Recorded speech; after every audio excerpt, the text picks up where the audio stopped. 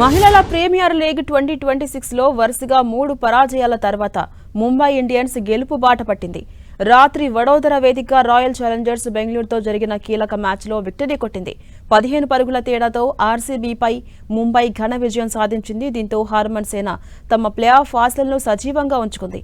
ఈ మ్యాచ్లో మొదట బ్యాటింగ్ చేసిన ముంబై ఇండియన్స్ నిర్ణయించిన 20 ఓవర్లలో 4 వికెట్ల నష్టానికి 199 పరుగుల భారీ స్కోర్ సాధించింది. Mumbai star allrounder Natalie Sciver Brunt అద్భుతమైన ప్రదర్శన కనబరిచింది. WPL చరిత్రలో సెంచరీ చేసిన ప్లేయర్గా స్కీవర్ రికార్డులకెక్కింది. 57 బంతులు ఎదుర్కొన్న స్కీవర్ 16 ఫోర్లు, ఒక సిక్సర్తో 100 పరుగులు చేసి అజేయంగా నిలిచింది. ఆమెతో పాటు హీలీ మాథ్యూస్ హాఫ్ సెంచరీతో సత్తా చూపించింది. వీరిద్దరూ రెండో వికెట్కు 131 పరుగుల భారీ భాగస్వామ్యం నెలకొల్పారు.